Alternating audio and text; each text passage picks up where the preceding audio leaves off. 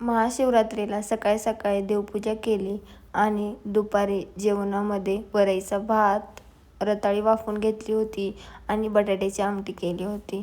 ताट वाढून घेतलं, दोघांनी जेवण केलं. आता आमच्या इकडे वरई खातात, काहींकडे साबुदाणाच खातात, त्यामुळे मी वरई पण केली होती. त्यानंतर तिच्यासाठी रताळी वाफवलं होतं, तेच बारीक करून तिला भरवलं.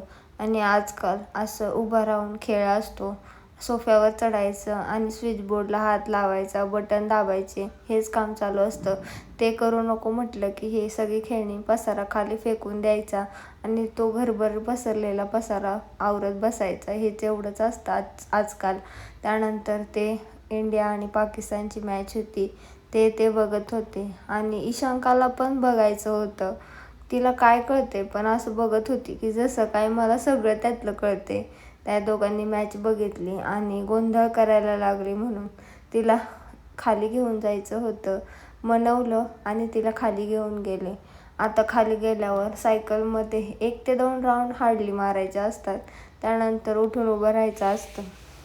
म्हणून तिला स्विमिंगकडे घेऊन गेले. आता पाणी आवडतं म्हणून पाण्याच्या ठिकाणी गेले. ती तिथं बराच वेळ राहिली आणि बघत होती पाण्याला.